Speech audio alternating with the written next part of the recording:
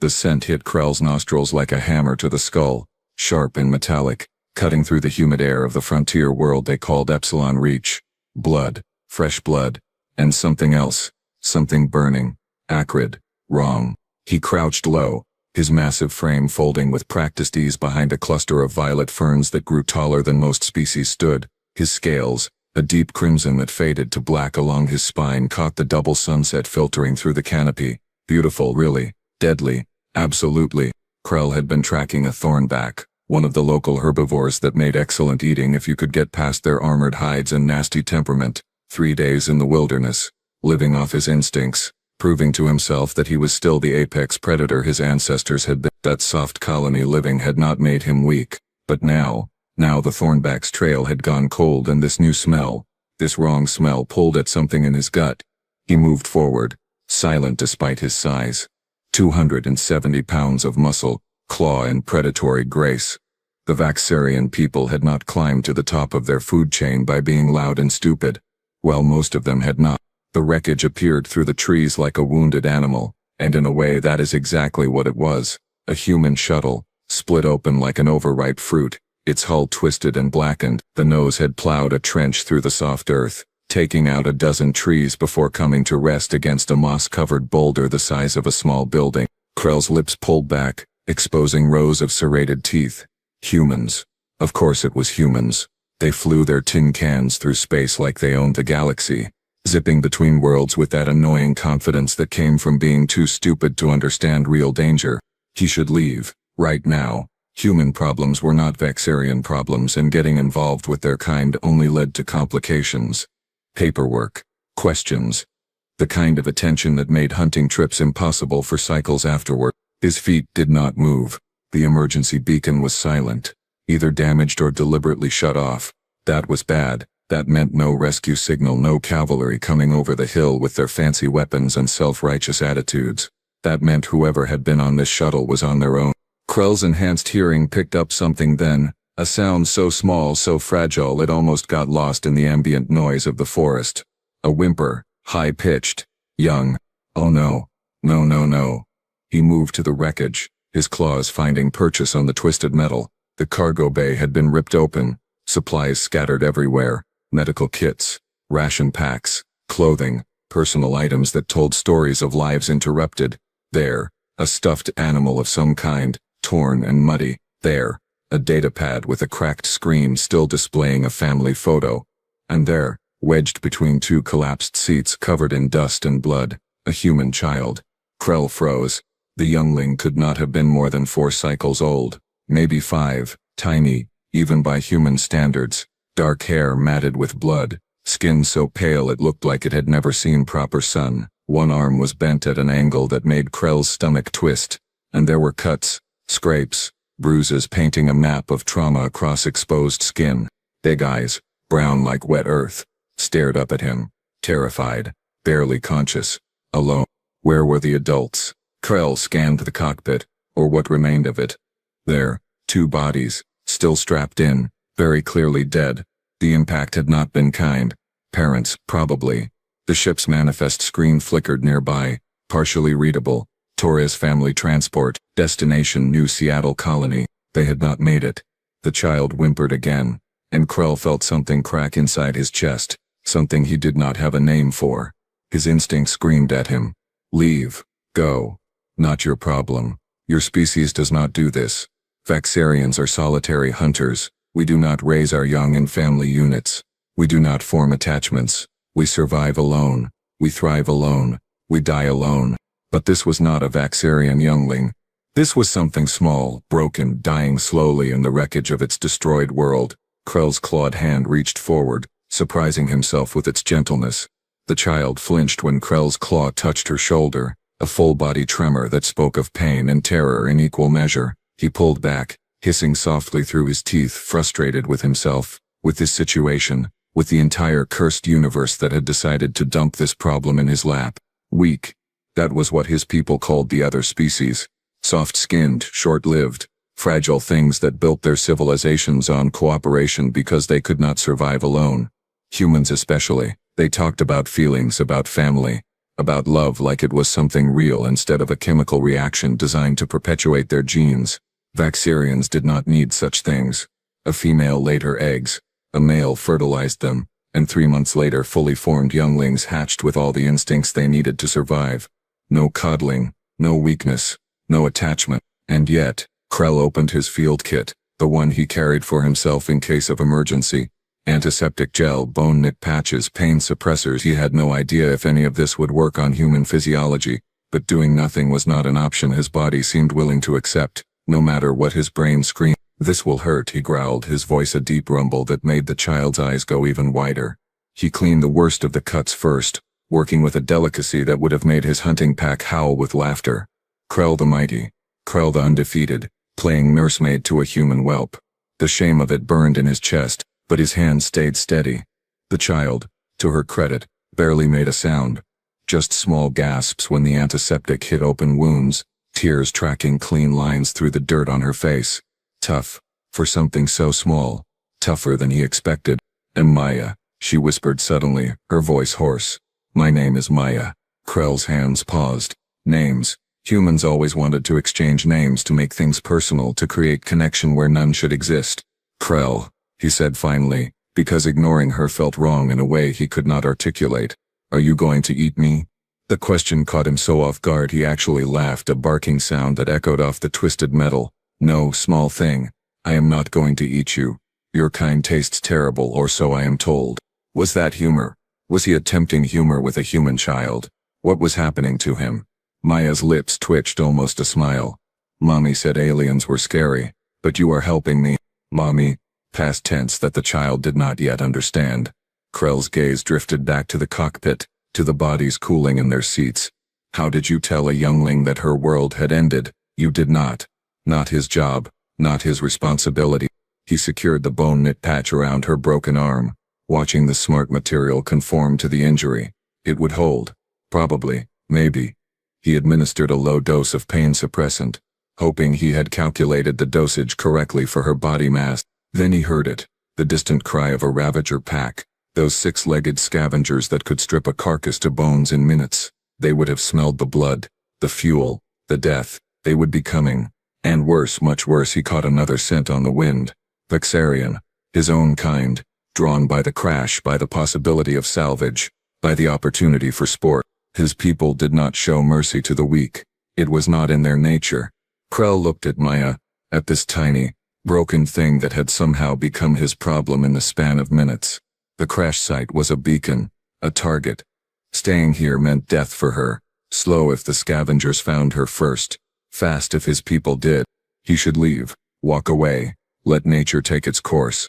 His arms reached down and scooped her up with impossible gentleness, cradling her against his chest. She weighed nothing, light as air, fragile as glass. "We are moving," he said, his tone brooking no argument. "You will be silent. You will be still. Understand?" Maya nodded against his scales, her small hand clutching at the leather strap across his chest.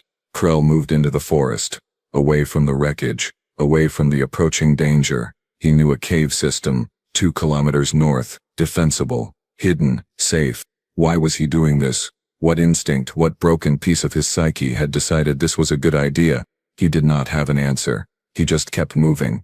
The child's heartbeat a rapid flutter against his chest, proof that something this fragile could still be alive at all. 3 days. 3 days of hiding in a cave that smelled like minerals and old water. 3 days of listening to every sound in the forest.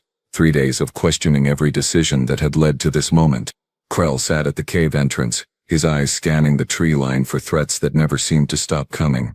Ravager packs at night, climbing serpents during the day, and always the possibility of his own people finding them. Behind him, Maya hummed quietly, some human song that made no sense but somehow filled the silence with something less oppressive than his own thoughts. She had cried the first night, sobbing for her parents, for home, for everything she had lost. Krell had sat there useless, unsure, his entire evolutionary history providing exactly zero guidance on how to comfort a grieving youngling of another species. He had settled for staying close. Apparently that had been enough. "Krell." Maya's voice pulled him from his surveillance. "Are you hungry?" He turned to find her holding out half of a ration bar, the emergency kind from the crash site. She had already eaten her half, chocolate smeared at the corner of her mouth. I have my own food, he said, gesturing to the thornback meat he had finally tracked down and killed yesterday. Raw, bloody, perfect. Maya looked at his meal, made a face, then pushed the ration bar closer. But this one is better. It has chocolate. Mommy said sharing is important. Mommy said. She spoke of her mother in past tense now, the reality settling in with the cruel efficiency of a child's understanding. It was done. They were gone. And yet she was offering him chocolate. Krell took the ration bar, his claws dwarfing the small rectangle. It tasted like processed sugar and chemicals. Terrible. He ate it anyway. Thank you. He managed the words foreign on his tongue. Maya beamed like he had given her a planet. The days developed a rhythm, strange and uncomfortable. Maya talked, constantly, endlessly, about everything and nothing. About her parents, Marcus and Elena. About their apartment on the station where they had lived before. About her stuffed bear, Mr. Patches, who had not made it out of the crash. Daddy was going to teach me to fly, she said on the second day, her voice distant. He said I was old enough to start learning the controls. Just the basic ones. Krell listened because stopping her felt wrong. Because maybe talking kept her from falling apart. Mommy made the best pancakes. She would make funny faces with the syrup. Sometimes a smiley face, sometimes a star. She said breakfast should always start with a smile. Pancakes, syrup, concepts Krell had no reference for, but he could hear the love in Maya's voice, could sense the connection that had existed between this child and her parents. His people did not have this. Vaxarian younglings hatched, knowing their parents by scent alone, then departed to find their own territories. No stories, no shared meals, no pancakes with syrup faces, no love. Was this what made humans weak? This attachment that left them vulnerable, broken when it was severed? Or was it something else entirely? On the third day, Krell taught Maya to identify safe plants, the ones that would not poison her if she got desperate. He showed her how to find water by listening for the sound of streams, how to read the sun's position to understand direction. Why are you teaching me this? Maya asked, her small fingers touching a blue moss that indicated clean water nearby. Because knowledge keeps you alive, Krell said simply. Is that why you saved me? To teach me things. The question hit harder than any predator's claws. Why had he saved her? 3 days later, he still did not have an answer that made sense. I do not know, he admitted, the honesty surprising him. Maya considered this with the seriousness only children could manage. Then she reached out and patted his scaled arm with her tiny hand. It is okay. Mommy said sometimes we do good things without knowing why. She called it kindness. Kindness. A human word. A human concept. Weakness disguised as virtue.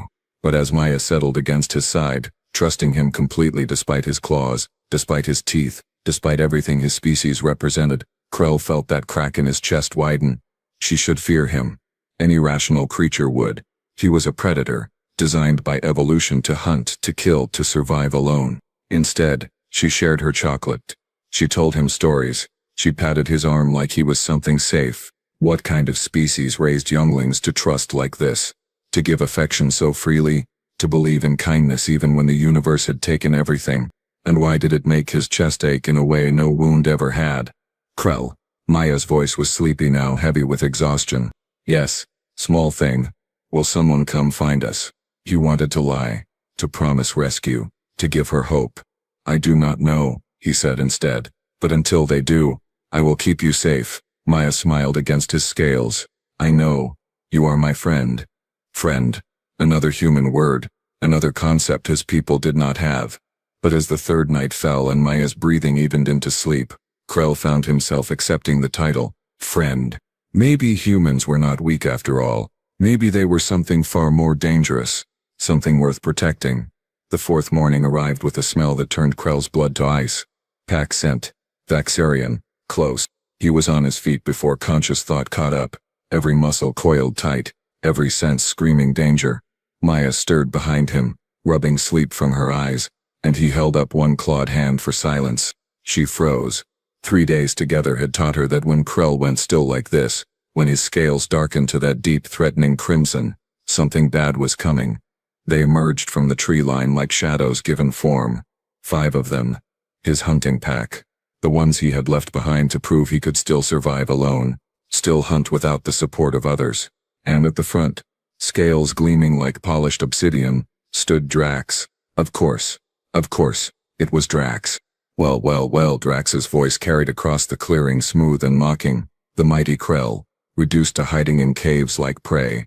How the legends fade. The others fanned out, a practiced formation designed to cut off escape routes.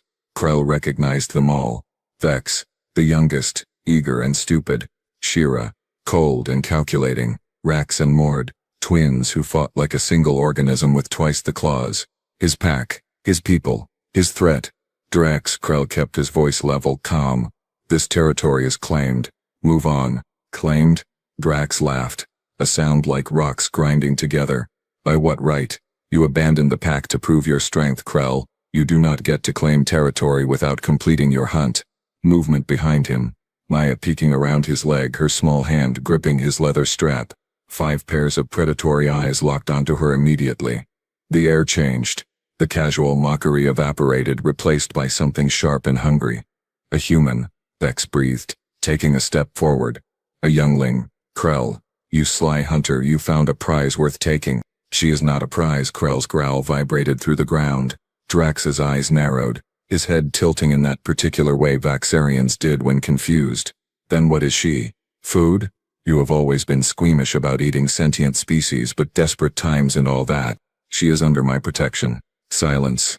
The kind of silence that preceded violence. Then Drax laughed again, but this time there was no humor in it. Protection. Krell, have you lost your mind?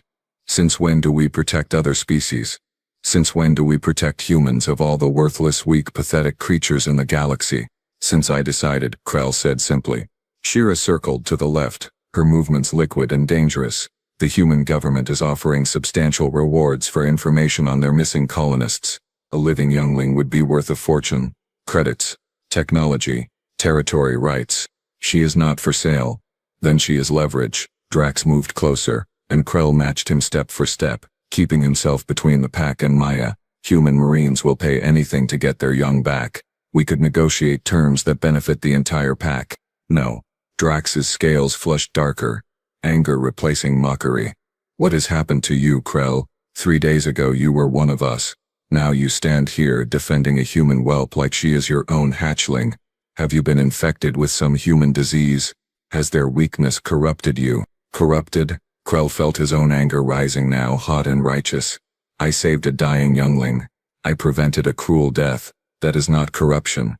That is not weakness. That is exactly what it is. Vex spat. We are Vaxarians. We are apex predators. We do not nursemaid other species. We do not protect the weak. We certainly do not throw away profit and glory for sentimentality. Maya's hand tightened on Krell's strap. He could feel her trembling, could smell her fear, but she did not run.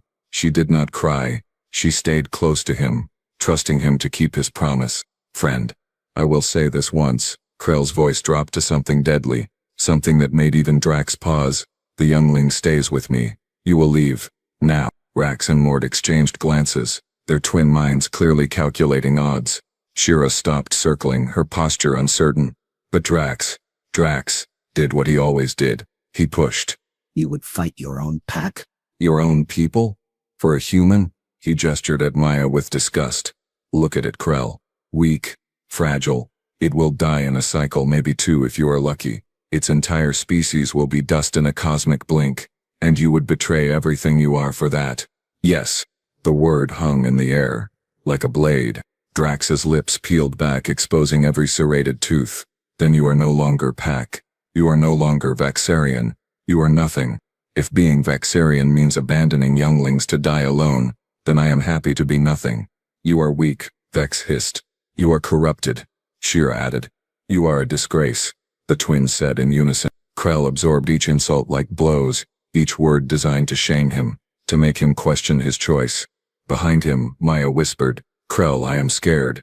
I know, small thing. Stay behind me.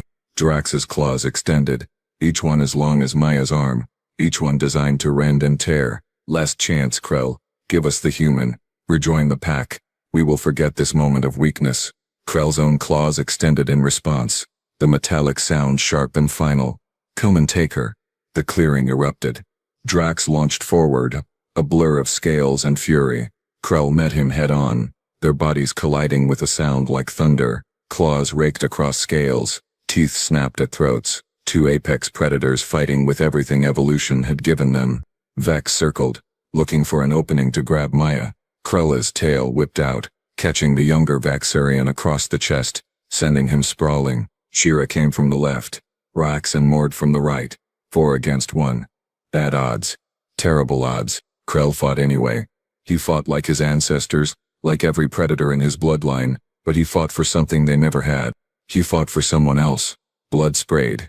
His and theirs. Pain bloomed across his ribs, his shoulder, his leg. Drax was strong, had always been strong, and with the pack supporting him, even Krell's legendary prowess was not enough. He was going to lose. Maya was going to die. And then the sky opened up and hell came down in human form. The sound came first. A high-pitched whine that cut through the chaos of combat like a knife through flesh, growing louder, closer, angrier with each passing second. Drax's head snapped up, his claws still embedded in Krell's shoulder. What is that? Then the first drop pod hit. It slammed into the clearing with enough force to crack the earth, soil and stone exploding outward in a wave of kinetic fury. The pod's sides blew open before it even finished settling, and out stepped a figure in armor that made Vaxarian scales look like decoration. Human, marine, massive. Then another pod hit, and another, and another. 6 in total, forming a perfect perimeter around the clearing in under 10 seconds. Mathematical, precise, terrifying. Krell stumbled back, pulling Maya behind him, his blood leaving dark trails in the dirt. Drax and the pack froze, their prey drive confused, their combat instincts screaming contradictory commands. Fight? Flight? Neither seemed adequate. The Marines moved like they had rehearsed this 1,000 times, which they probably had. Weapons up, angles covered, exits blocked. No wasted movement, no hesitation, pure professional violence held in check by discipline alone. Contact, one of them said, voice flat and mechanical through helmet speakers. Multiple Vaxarian hostiles. Human juvenile located. She appears mobile. Maya Webb. Another voice, this one carrying authority that made even Drax's dominance displays look juvenile.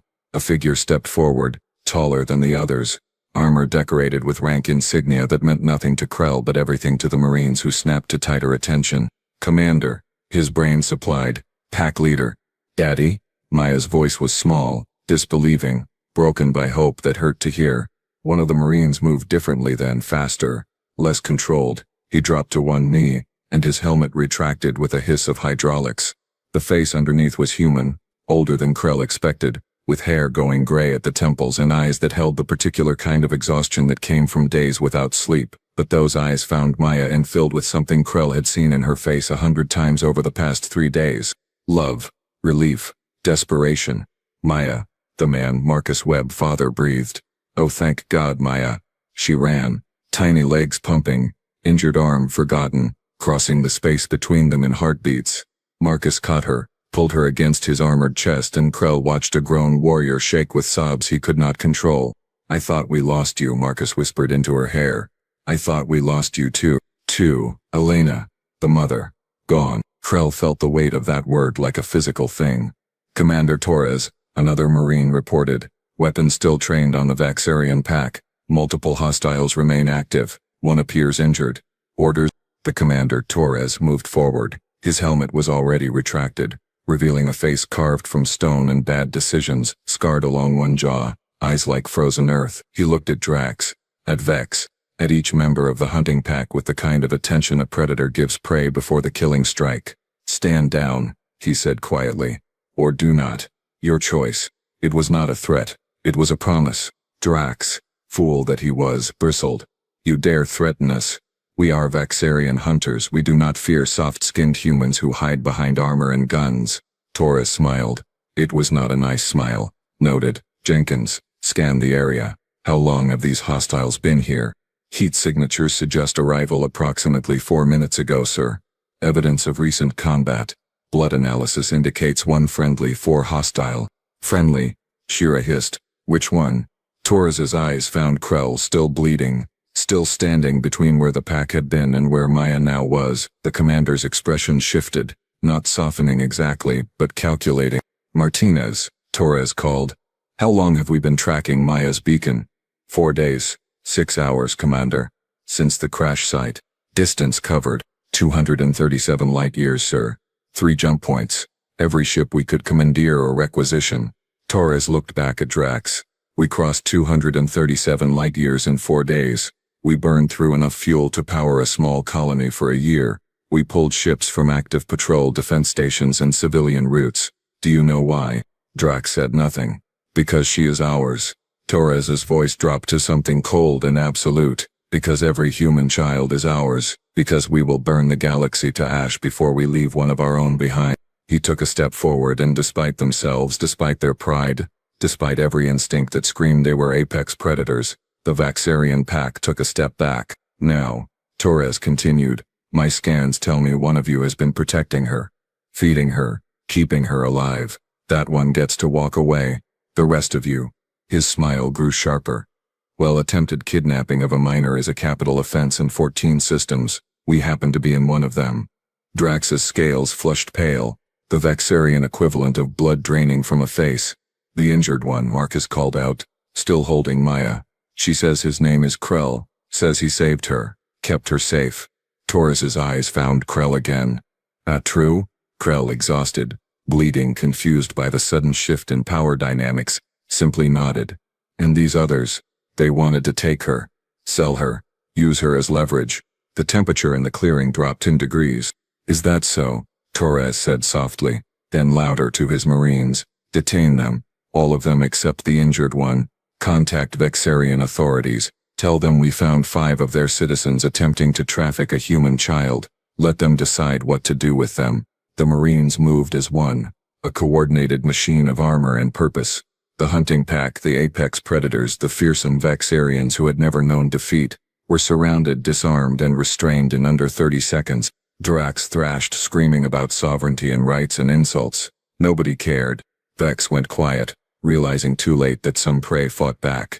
Torres approached Krell slowly, carefully, like approaching a wounded animal, which Krell supposed he was. You saved her, Torres said. Why? Krell thought about that question. The same one he had asked himself 100 times. He looked at Maya, safe in her father's arms. Alive because he had made a choice that went against everything his people believed. Because leaving her to die alone was wrong, he said finally. Torres studied him for a long moment, then nodded. Yeah, it was. Medic, get this one patched up. He is coming with us. Commander, Krell started. I do not need. That was not a request. Torres cut him off, but his tone was not unkind. You saved one of ours. That makes you one of ours too.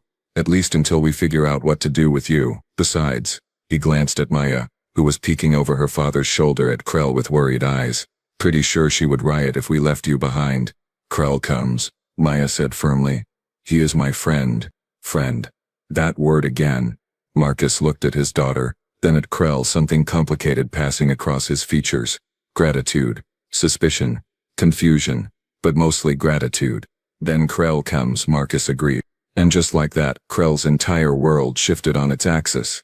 The medical bay on the human ship was too bright, too clean, too filled with the antiseptic smell that all advanced species seemed to think meant safety. Krell sat on a reinforced bench, designed for species his size, while a human medic no bigger than Maya worked on closing the gashes Drax had left across his ribs.